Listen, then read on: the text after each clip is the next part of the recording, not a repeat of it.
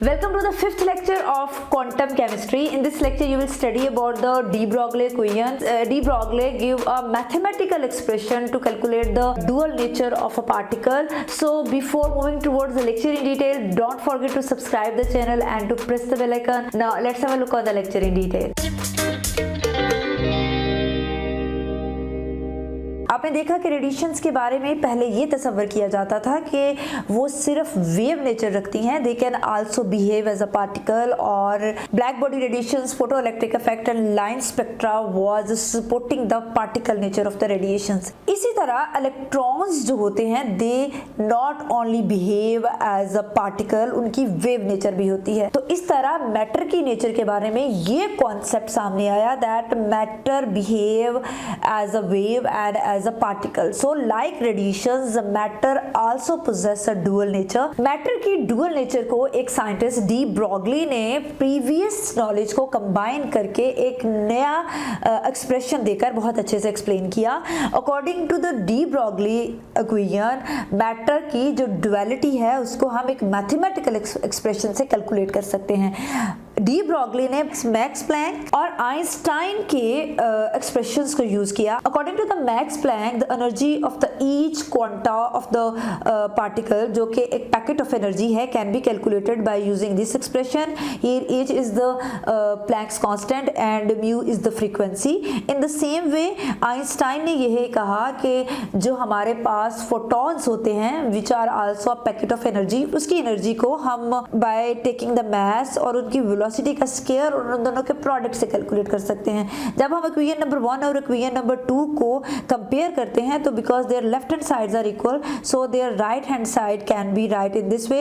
Here frequency mu is equal to the c divided by lambda. c is the velocity of the light. In case of a particles, in case of any object, we can replace this c by v. So we can put this value of mu in this equation and we get hc by lambda is equal to mc square. अब अगर हम इस equation को rearrange करें तो हम ये कह सकते हैं कि mc is equal to the h by lambda, क्योंकि c अगर इधर ये वाला c अगर इधर आ जाएगा तो डिवाइड हो जाएगा और इस c के साथ कैंसिल हो जाएगा। सो mc is equal to the h by lambda. अब हम इसका मतलब ये है कि this is the mass of any specific object जिसकी हम रिलेशनशिप को, जिसकी प्रॉपर्टीज को स्टडी कर रहे हैं, and v is the velocity and this is equal to the ratio between the Planck's constant and the wavelength of that specific object. इसको हम the product of mass and velocity is equal to the momentum, and हम कह सकते हैं कि ये पूरी equation जो है इसको हम इस तरह से भी लिख सकते हैं p is equal to the h by lambda, और अगर हम यहाँ से लैम्डा की वैल्यू कैलकुलेट करना चाहें तो ये लैम्डा इधर चला जाएगा और यहाँ पर इसके इक्विवेलेंट आ जाएगा। सो यहाँ पर हम अगर p की वैल्यू पुट करें दोबारा से तो हम कह सकते हैं lambda is equal to the ratio between the Planck's constant and product of the mass and velocity. So this was the equation, by using that we can calculate the particle and wave nature of any object same time. ठीक है, this equation is mathematical expression which is telling us the dual nature of a particle. अब यहाँ से हम उसकी wavelength भी major कर सकते हैं और उसकी जो है एनर्जी जो है उसको भी कैलकुलेट कर सकते हैं by using the mass and velocity of any subject. So this is the mathematical expression of the duality of any particle.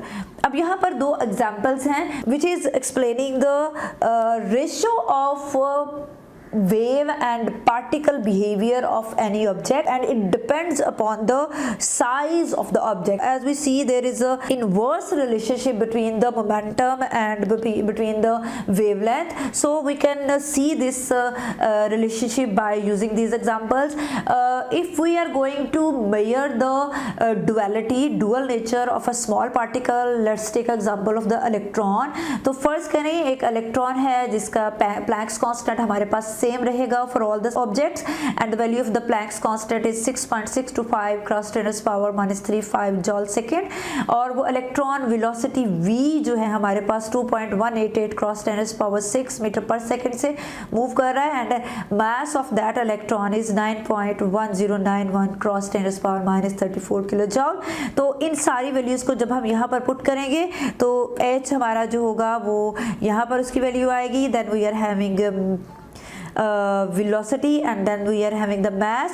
So when we solve these all values तो हमारे पास ये आंसर आएगा and this is 0.033 cross 10⁻⁹ metre या -10⁻⁹ को हम nanometre से भी replace कर सकते हैं। तो this is very small value. इसी तरह से अगर हम किसी लार्ज ऑब्जेक्ट जिस तरह फॉर एग्जांपल कोई बॉल है, को हमारे पास कोई स्टोन है which is having a weight of 10⁻³ kilogram and moving with a velocity of 10 metre per second, तो उसका जो है ड्यूअल नेचर को मेजर कर सकते हैं बाय यूजिंग दिस इक्वेशन। तो जो हमारे पास उसकी वैल्यू आएगी वेवलेंथ की, that will equal to the 6.62 cross 10⁻³ to. So this value is much smaller as compared to the this value। इस इक्वेशन की एप्लीकेशन से ये बात क्लियर होती है that the object which is very small in size having a maximum wave nature and the minimum particle nature. The object which is very small like electron, protons or alpha particles, the wave behavior is larger and the particle behavior is smaller. But when we take the example of the larger object तो उसकी dual nature में हमें particle nature का जो होगा ratio वो ज़्यादा नज़र आएगी, larger, and the wave nature will be smaller. So every object is behaving as a particle and as a wave, लेकिन अगर हम उसकी रेशो निकालें कि उसमें पार्टिकल करेक्टर कितना है और वेव करेक्टर कितना है, जो स्मॉल पार्टिकल्स होते हैं like electron, protons, alpha particles और हमारे पास जो रेडिएशंस ऑफ द लाइट हैं, उनमें वेव जो नेचर होती है उसकी रेशो ज़्यादा होती है as compare to the particle ratio. और जो हमारे पास लार्जर ऑब्जेक्ट होते हैं उनकी जब हम मूवमेंट में, उनकी जब नेचर में ड्युअलिटी की रेशो को कैलकुलेट करते हैं तो वो पार्टिकल जिनका साइज ज़्यादा होता है they have more particle nature in the wave particle ratio as compare to the wave nature. So heavier the object lower will be the wavelength and the object will have much particle behavior as compared to the wave behavior। जैसे जैसे matter का size छोटा होता जाएगा उसमें wave nature ज्यादा आती जाएगी और जो पार्टिकल नेचर है वो कम होती जाएगी। So this is all about the de Broglie equation. In the next lecture you will study about the Heisenberg uncertainty principle. Till then stay happy, keep learning, type your queries in the comment section regarding this topic और comment section में comment करें तमाम topics के नाम जिनके बारे में आप सीखना चाहते हैं।